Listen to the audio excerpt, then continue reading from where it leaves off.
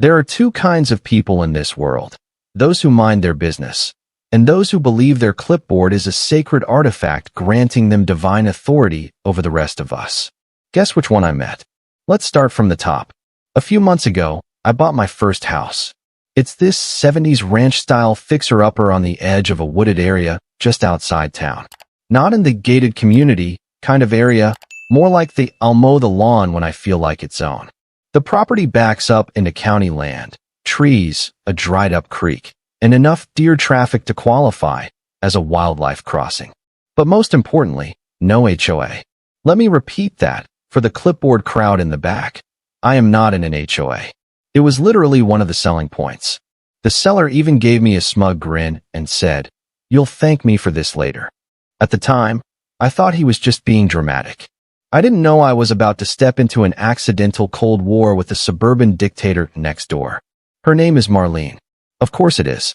Marlene lives 2 houses over in a pristine colonial revival with white columns, plastic tulips in her porch planters, and an American flag that she raises and lowers at exactly 6 a.m. and 8 p.m., respectively. I know this because she wakes up the whole cul-de-sac with her flagpole crank.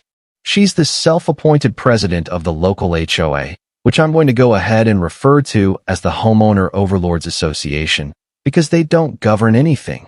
They just exist to harass.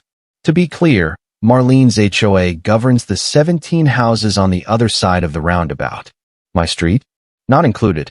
It was excluded when the neighborhood was developed 20 years ago. But that hasn't stopped Marlene from trying to absorb us like some kind of bureaucratic amoeba. The first incident was small. Harmless, even. I had left a small pile of gravel near the side of the driveway because I was regrading part of my backyard. Next morning, I found a note taped to my mailbox. Not placed inside, taped on, like a scarlet letter. It read, "Gravel piles must be removed within 48 hours. HOA regulations. Failure to comply will result in fines. HOA President Marlene R." I blinked at the paper. Laughed. Then, out of genuine goodwill, I walked 2 doors over and rang her doorbell. She opened the door like she was unveiling a Renaissance painting. Perfectly permed helmet of hair, pressed beige capris, a neck scarf in August, and that damned clipboard clutched like a weapon. Her eyes flicked to my feet. I was wearing Crocs. I already knew I'd lost some credibility in her mind. I smiled. "Hi, I think there's been a mix-up. I'm not in your HOA." She narrowed her eyes like I'd said, "I don't believe in gravity. That can't be right. This entire neighborhood falls under our guidelines." "Nope. My deed's clean." I checked. Not a single mention of an HOA. "Your jurisdiction ends at the roundabout. My street is technically unincorporated." She gave a tight little smile, the kind that says, "I have already started planning your funeral." "Well," she sniffed, "even if you're not officially a member, we strongly encourage everyone to follow our standards for the good of the community." "That's cute," I said, "but no thanks." And that was the end of our pleasant neighborhood diplomacy. For about 3 days. Then came the courtesy notices. Little notes typed in Comic Sans, printed on pastel paper like passive-aggressive Easter eggs. One scolding me for using non-standard garbage bins. "They're from Home Depot. Marlene, calm down." One accusing me of improper lawn edging. And the piece de resistance. A notice about unauthorized bird feeders, because apparently squirrels are a nuisance species. I ignored them all, obviously, but she escalated. She started sending people. HOA committee members, mostly her retired knitting circle with nothing better to do, would walk by my house, clipboards in hand, taking photos like I was some kind of urban decay art installation. I caught one woman leaning halfway over my fence to get a photo of a dandelion on my back lawn. So I put up cameras. You know, the usual, doorbell cam, backyard motion sensors, one fake owl just for fun. That didn't stop them either. If anything, it seemed to energize them. Then came the day that changed everything. I had taken the morning off work because I was waiting on a delivery, gravel again, ironically. Around 10 a.m., I heard voices in my backyard. Voices. In my backyard. I walked out back, and there they were. Marlene and one of her clipboard disciples, standing on my grass, poking around my flower beds like they were conducting an ecological survey. I was still in pajama pants. I stepped outside and said, "Can I help you?" Marlene didn't even flinch. "We received a report that your downspout drainage is directing runoff onto neighboring lots." "Who reported that?" "I'm not at liberty to say." "Cool," I said, "because I'm not at liberty to let trespassers onto my property." Her friend, an older guy in a windbreaker that said Neighborhood Watch, as if that was some kind of legal badge, chimed in, "You don't have anything to hide, do you?" I stared at him. "Sir, the only thing I'm hiding right now is my ability to not call the sheriff." That's when I noticed the tape measure dangling from Marlene's hand. She was measuring the distance between my house and the fence. That was it. I walked over to the gate, closed it behind them, and locked it. Yes, I locked them in, on my side, and then I called the sheriff. Marlene didn't take it well. She stood frozen by the locked gate like a confused Sims character, blinking rapidly as if trying to compute how someone could dare trap her in a backyard that didn't belong to the HOA. Her accomplice, the Neighborhood Watch guy, who I later learned was her husband Greg, of course it's Greg, shuffled behind her, clutching his phone like it might turn into a weapon if he held it hard enough. "I hope you realize this is unlawful imprisonment," Marlene snapped, jabbing a finger in my direction. "You cannot legally detain HOA officials performing a compliance check." I tilted my head and smiled. "Marlene, sweetie, two things. One, you're not law enforcement. You're a lady with a clipboard and an unhealthy obsession with rain gutters. Two, you're not even my HOA. This is private property. You entered without permission. That's called trespassing." Her eyes flared like I'd just insulted her beige SUV. "You can't prove that." I turned and waved at the blinking red light on my backyard security cam. "Smile? You're on candid camera." That got her. Greg started dialing, muttering something about calling their legal liaison, which I'm 99% sure is just Bob from their weekly poker night, who once took a paralegal course in 1987. Meanwhile, I called the sheriff's non-emergency line and calmly explained that two individuals had entered my fenced yard without permission, ignored my requests to leave, and were now locked in, for their own safety, of course. The dispatcher sounded halfway amused. "You locked them in? Only to prevent further trespassing." They seemed determined. Fair enough. A deputy's en route. 15 minutes later, a patrol SUV rolled up, lights off, but with a casual sense of, "Let's see what kind of mess this is." The deputy stepped out, mid-30s, sunglasses, and the faint expression of a man who's already tired of suburban drama, and it's not even lunch. I met him at the gate and pointed at the two trespassers standing like mannequins. "Morning," I said cheerfully. "So, this is Marlene. She thinks she runs the neighborhood. She doesn't." The deputy glanced between me and the pair on my lawn. "You the property owner?" "Yep. Deeds in my name. Taxes are paid. No HOA restrictions. Want to see the plat map?" He chuckled. "Maybe in a minute." He turned to Marlene. "Ma'am, were you given permission to enter this yard?" "I don't need permission. I'm the HOA president." The deputy raised a brow. "And is this property under your HOA's jurisdiction?" "Well, technically no, but..." "Then you do need permission." Greg started to protest, pulling out his phone. "I have a screenshot of the parcel lines." The deputy cut him off. "Sir, unless you have a court order that says you can enter this yard, you were trespassing. End of story." Marlene tried to pivot. "He locked us in. That's unlawful confinement." The deputy looked at me. I shrugged. "They were trespassing. I told them to leave. They refused. I locked the gate behind them. I didn't detain them. They just didn't want to climb the fence." He glanced at the fence, only about 4 feet high. Marlene must have realized how bad it looked because she finally changed tactics. "This is about community standards. His yard is full of weeds. There's a giant gravel pile out front. There are squirrels all over that bird feeder. It's bringing down property values." The deputy turned back to me. "Are you doing anything illegal?" "Not unless it's suddenly a felony to have wildflowers and feed the wildlife." He gave a tiny nod, clearly done with this circus. "Marlene, Greg, you're both being issued trespassing warnings. If you set foot on this property again without explicit permission, you will be arrested." Marlene's face flushed a color that matched her neck scarf. This is absurd. We'll take this to the board. The deputy raised his sunglasses. The board doesn't outrank the law, ma'am. They shuffled out through the now unlocked gate, muttering curses about lawlessness and decay. I waved as they retreated down the sidewalk, which apparently only counts as public property when they're walking on it. As the deputy was leaving, he paused by his SUV. I've had my share of HOA drama, but that might be a new one. You got cameras running? Oh yeah. Good. Keep him rolling. That should have been the end. But Marlene? Oh no. That would have been far too reasonable. Over the next few weeks, things got weirder. First, I started finding flyers taped to my mailbox and the fence.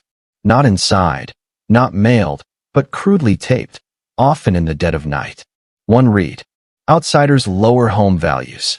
Non-compliant lots equal community risk. Another just said, be a good neighbor. Join the HOA.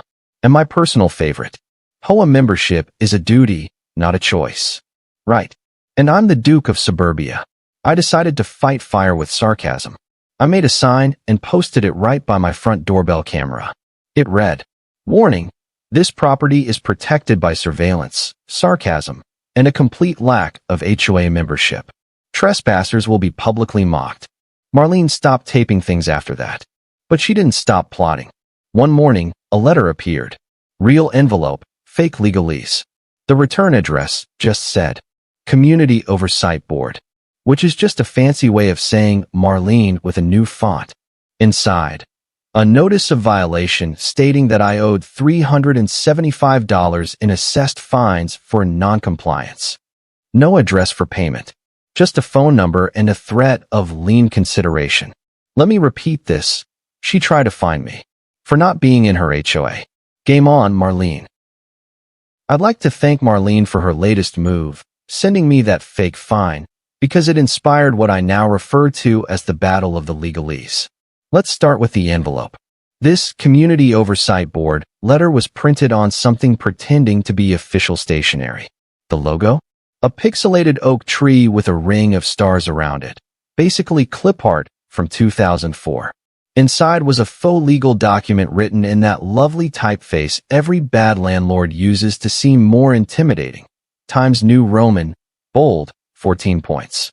It claimed I owed $375 for non-compliant landscaping, visible construction materials, and failure to respond to prior warnings. Which is a fancy way of saying, I have flowers, gravel, and a functioning spine.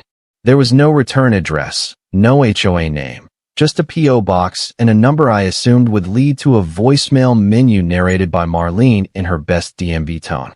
Now, I could have ignored it. But where's the fun in that? Instead, I called my attorney friend Rachel.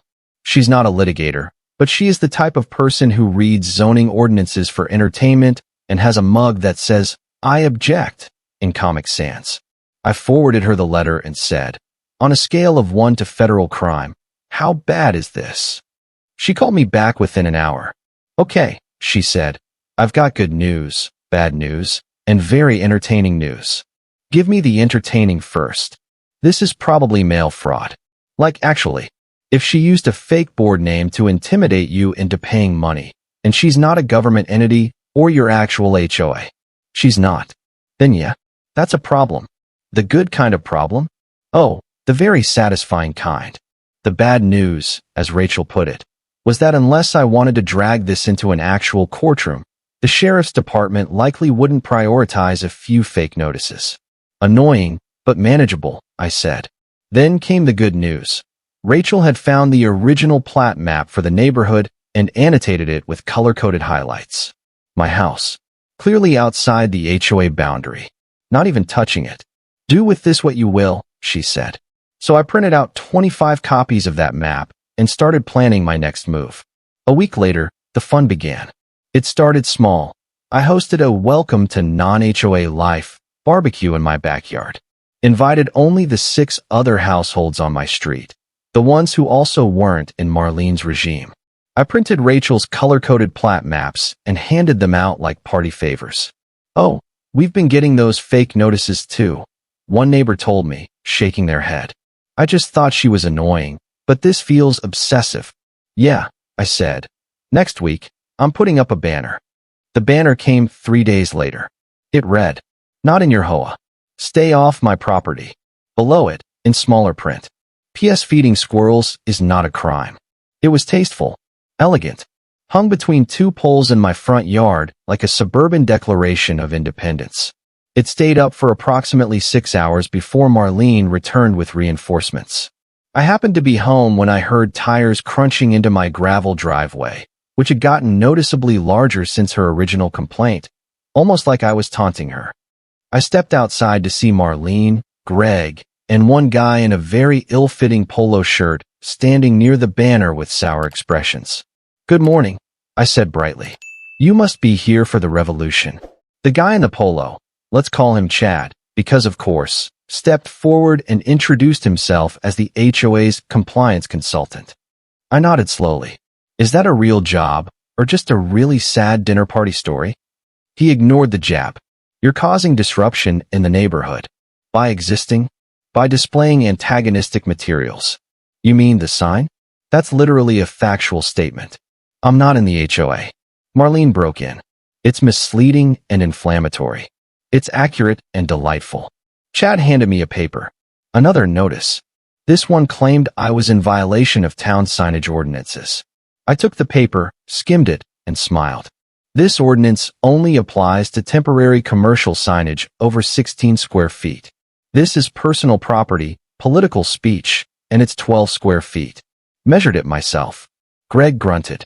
Marlene looked like she wanted to throw herself into traffic. Then I pulled out my own folder and handed Chad a packet. This is a copy of the original plat map, certified by the county recorder. "These 7 houses," I said, gesturing down the street, "were explicitly excluded from the HOA formation documents. You can double-check with the planning office if you'd like. Also, I've sent copies to the other homeowners, so unless you're planning to rewrite history, I suggest you stop sending fraudulent letters." Marlene tried to regain her footing. "We're just trying to preserve community values." "Then maybe focus on your own street. You've got 3 driveways with mildew, and one guy's Christmas lights are still up." Greg huffed. "We're not here to argue." "Good. Then leave." They didn't leave.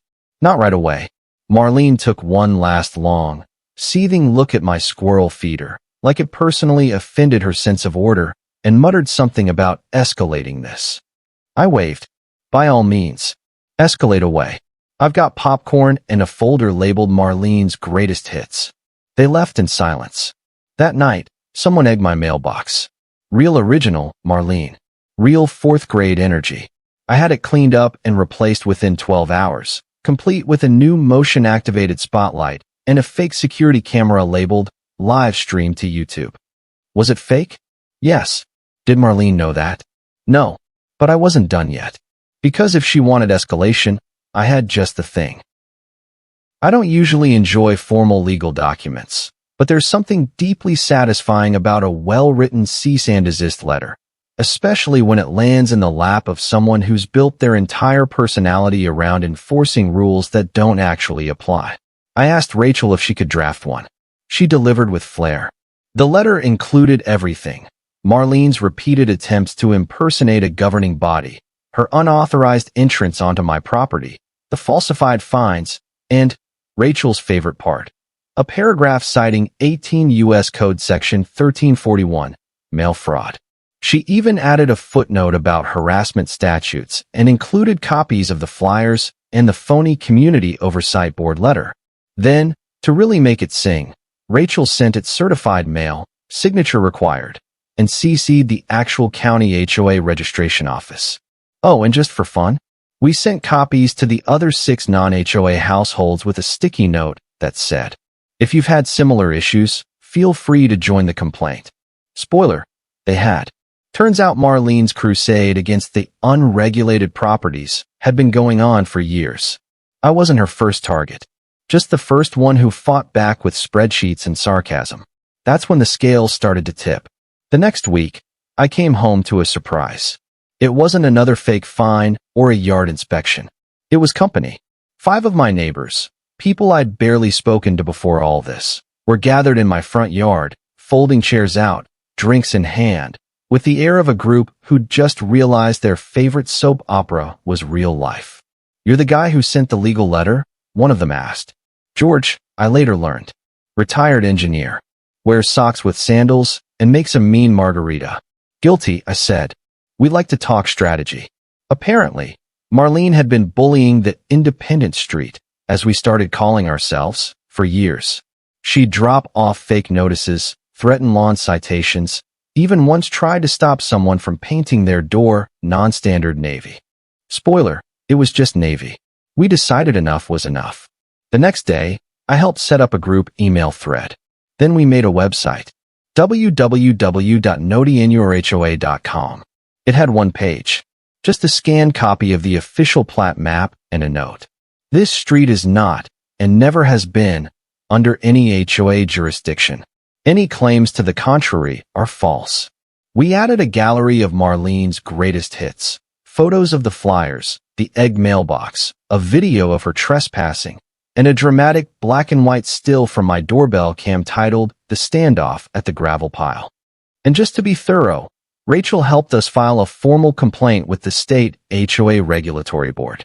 That was the part that really made Marlene twitch, because that's when she stopped hiding.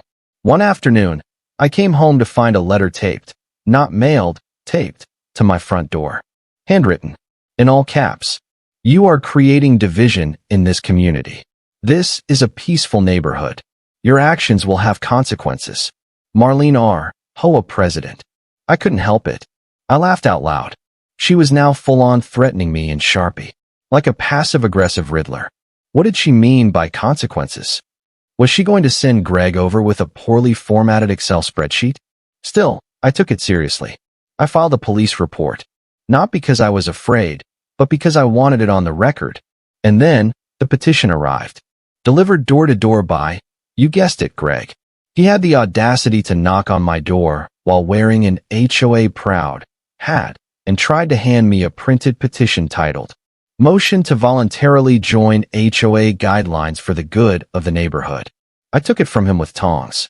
He mumbled something about residents needing to comply and preserving order, and I swear, he called me a civic freerider. "Greg," I said, "I'm not joining your cult. Have a good afternoon." And I shut the door in his face. I later learned they only got 2 signatures, and one of those was a confused 84-year-old woman who thought it was for Meals on Wheels. Meanwhile, our little alliance on the Independent Street grew stronger. We started coordinating home improvement projects, helped one neighbor repaint their fence without HOA input, hosted monthly non-HOA potlucks where we joked about building a moat around the block. I made t-shirts, "Free and lawn mowed, gravel and glory." Not in your HOA, Marlene. The last one sold out immediately, but I still hadn't delivered the final blow. And oh, it was coming. The final act of this saga began when I got a tip from someone who used to serve on the actual HOA board before Marlene declared herself Queen of Covenants. We'll call him Ron. Ron called me after seeing the website and said, "I've got some records. You're gonna want to see these." I met him at a local diner, like it was a spy movie. He pulled out a manila folder and slid it across the table like we were exchanging nuclear codes. Inside, copies of meeting minutes, emails, and most importantly, a scanned document where Marlene illegally expanded the HOA's mailing zone without a vote. Just quietly started sending notices to homes not in the HOA, including mine. It wasn't just harassment. It was a paper trail of actual misconduct. Ron raised his coffee and grinned. "Happy hunting." I sent the packet to the county HOA compliance officer. Rachel helped again. She was already saving this whole saga for a TED Talk or possibly a Netflix documentary. 1 week later, a county official came knocking. Not on my door, on Marlene's. I wasn't there when it happened, but I've seen the footage. Multiple angles, actually, courtesy of 3 different Ring cameras on our street and one enthusiastic neighbor with binoculars and no shame. The county official, let's call her Denise, arrived with a briefcase, a city-issued ID, and the energy of a woman who had dealt with Karens before. She stood on Marlene's porch like a harbinger of bureaucratic doom. Greg answered the door first, tried to do his usual, "We're just preserving order" routine. Denise cut him off, Deadpan. I'm here about your unauthorized HOA expansion and your misuse of community resources. Is Marlene home? It was the kind of sentence that makes you immediately reconsider every life decision. Marlene eventually appeared, clearly frazzled. No scarf today. Hair slightly disheveled. Clipboard? Missing. Denise handed her a packet of documents. The expression on Marlene's face as she flipped through the first few pages was legendary. Apparently, the county had conducted a short audit and, surprise, discovered that Marlene had used HOA funds to print flyers for properties not under her jurisdiction, mailed over 30 fraudulent notices to non-member homes, claimed authority she didn't have in at least 4 written complaints to the town.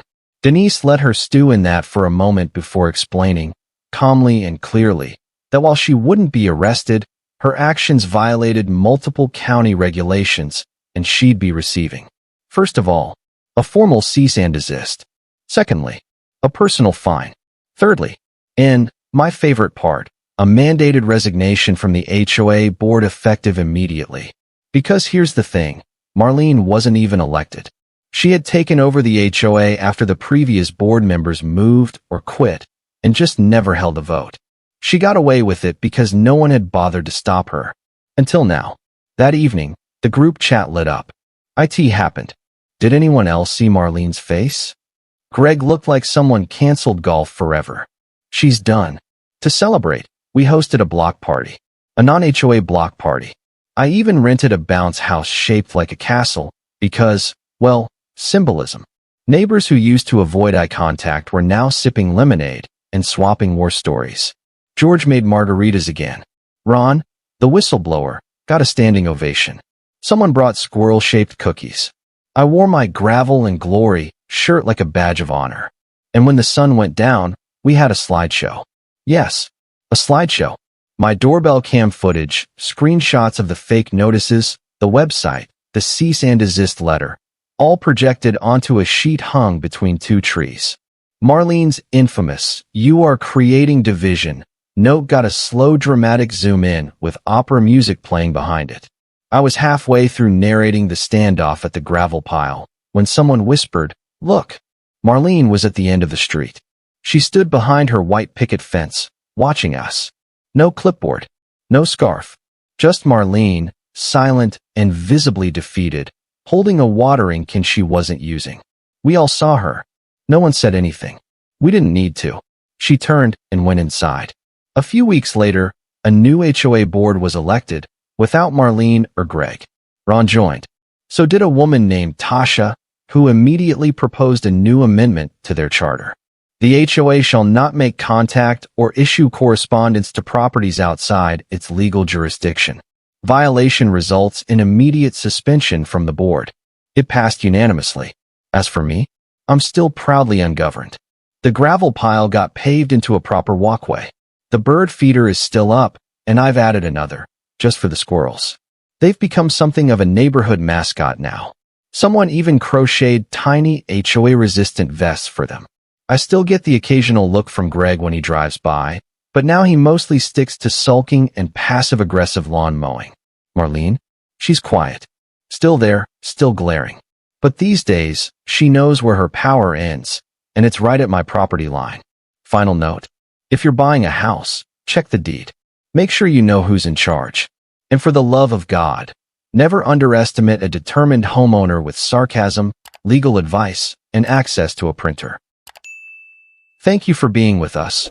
Please share in the comments where you are watching from and whether you liked everything, and see you next time.